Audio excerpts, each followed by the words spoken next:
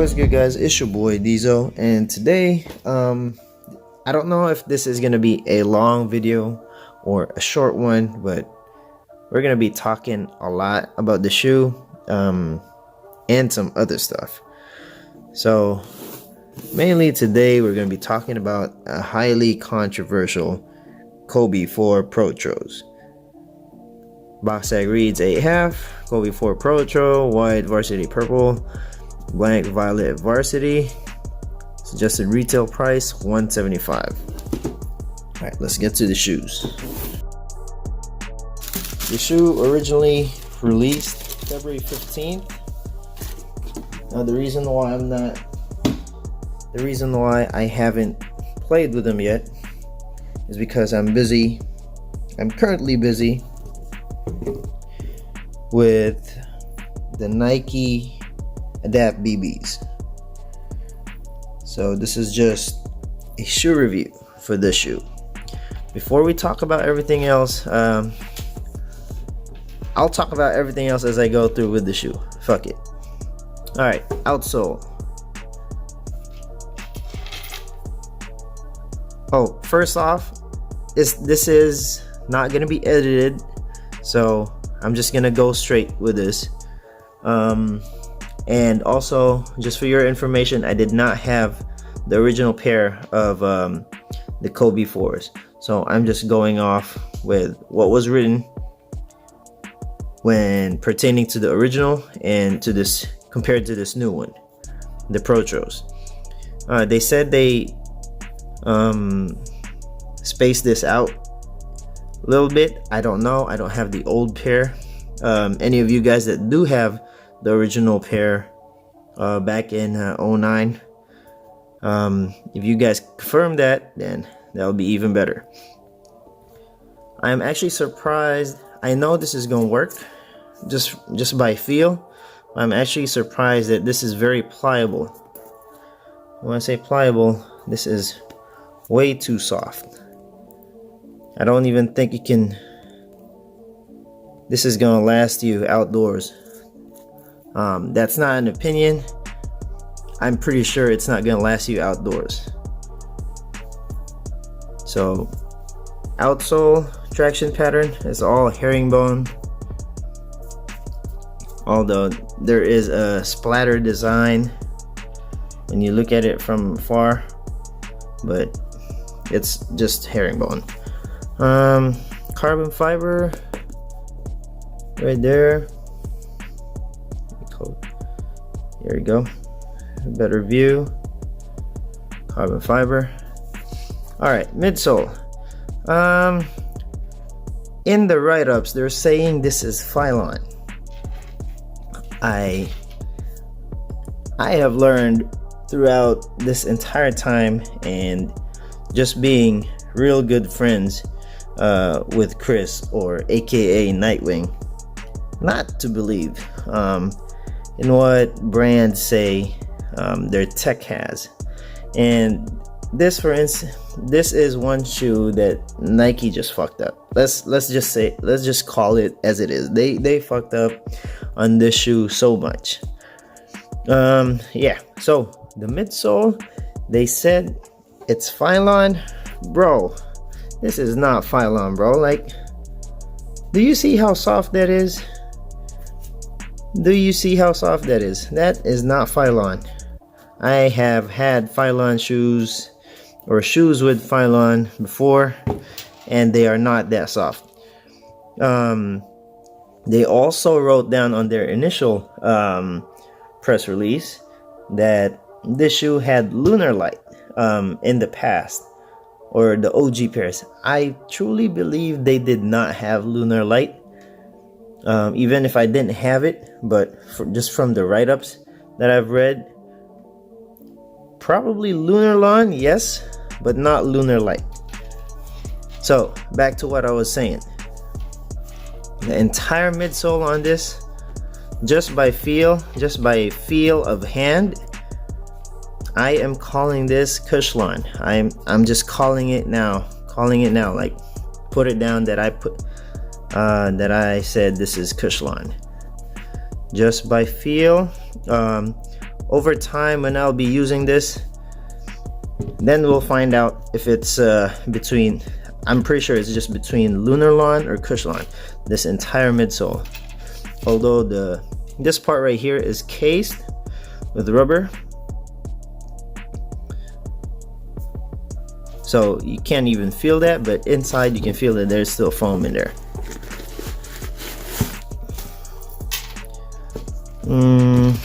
Outrigger right here, I like that. Now they said this had zoom in the heel. Well, originally they said for this Protro that this one should have had a full length zoom. Well, unlike other YouTubers who just go through or say whatever the press releases say, Nightwing actually debunked that because he actually tests plural form the shoes that he gets. Same thing as I do. Only difference is I haven't played in this yet. So this is some of the parts that I need to talk to you guys about. I don't care who you support. I don't care who you follow. All right. The thing is, if you're trying to follow someone, especially in the sneaker industry, might I suggest following somebody who's really credible and who really does their work. I know I'm only a small fish in the YouTube community. I know that, but I've been really good friends with Chris, and he knows me. We both go through things the same way when it comes to testing sneakers. The time is there. I see him play. He sees me play. He knows I play.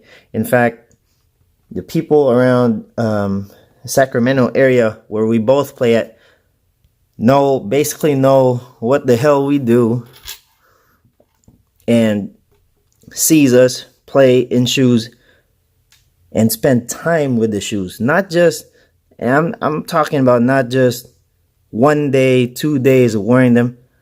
We test, both me and Chris, actually, although he does it for Wear Testers and I do it for my ShadeSnSoleS channel. We both test shoes like over 2 weeks at a time per shoe, and that is why just because I had the shoe like the Westbrooks or the PG3s, I haven't even released a performance video on them yet because I didn't spend enough time on them. Both me and Chris do not want to cheat on you guys when it comes to that. If you guys want me to be honest, there's only two people, two YouTubers I watch now when it comes to shoes because of credibility. I'm sorry to everybody else. And I do support some of my friends, but if you're asking me for initial videos and videos with credibility, I only watch two people. It's Nightwing and it's Marvin or MJO23 Dan. That's the only two people I watch. Nightwing for performance shoes, MJO or Marvin for sneaker history, especially on Jordans. That's it. Everybody else, you can tell they're just there for the money.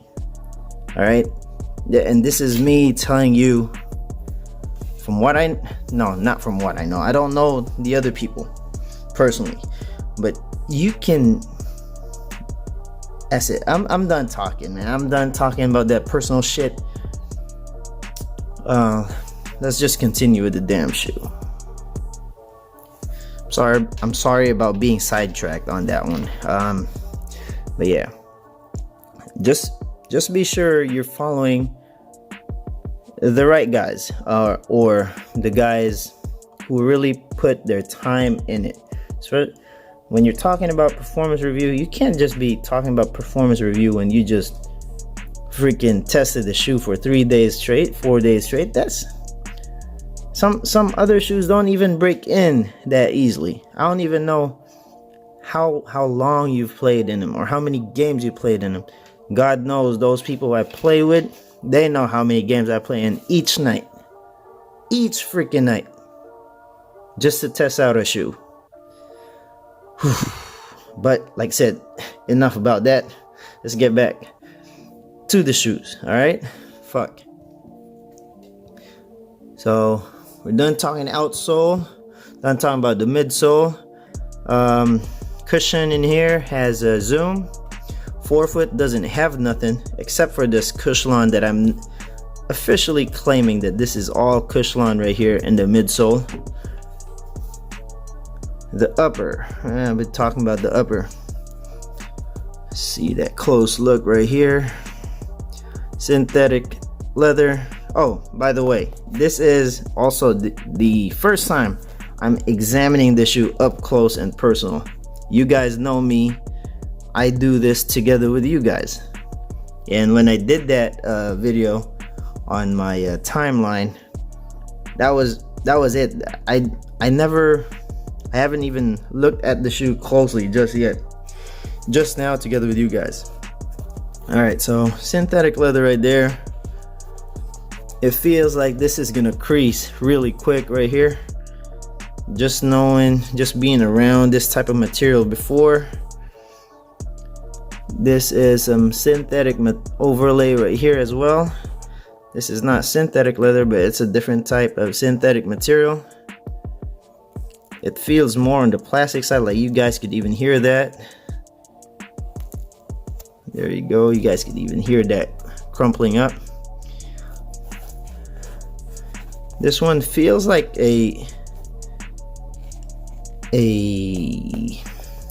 fused material, to be honest, but they're calling the wires as fly wire when this is just this is not the correct implementation of fly wire. We've had better implementations of fly wires the years after this shoe originally released back in 09, but this is not the correct implementation of fly wire. Let's just be real with it. This is just freaking wires right here underneath a plastic covering. And if you're curious about that plastic covering, here you go.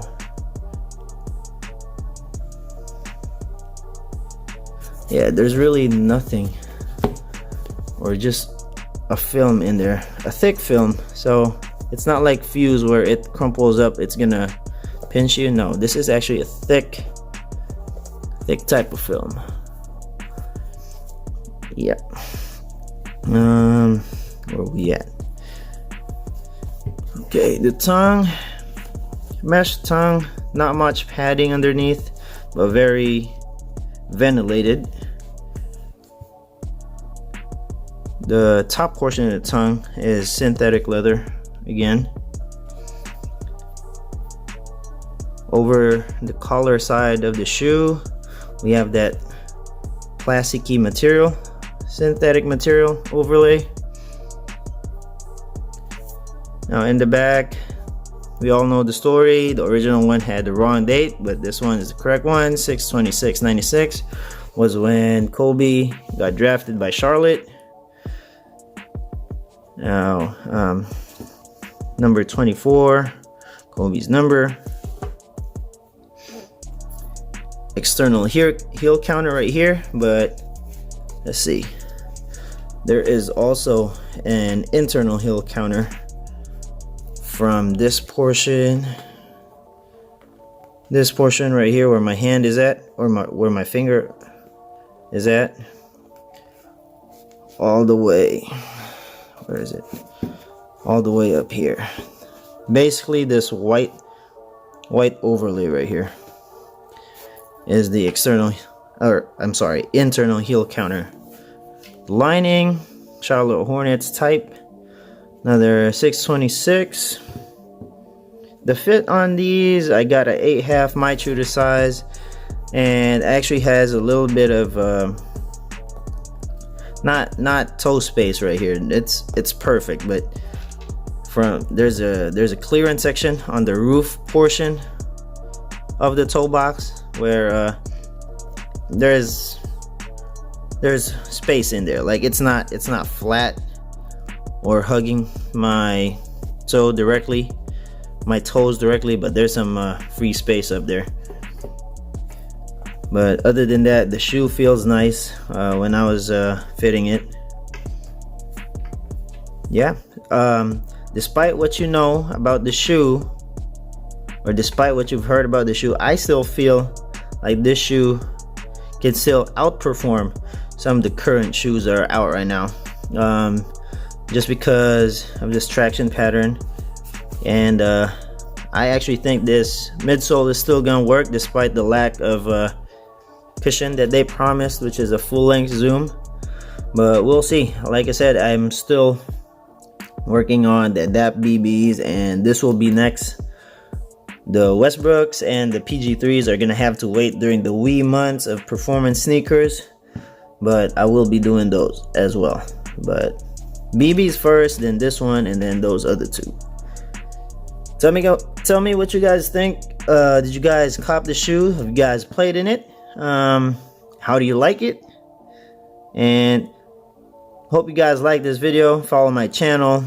You will hear nothing else from me but the truth out of the shoes I get, or out of the releases out there that needs to be talked about. Unbiased. I'm not getting paid. I pay for my own shoes, man, and I'm glad to be doing it. Not for money, but to help you guys out. Thank you guys for watching, and I'll see you guys soon. Peace out.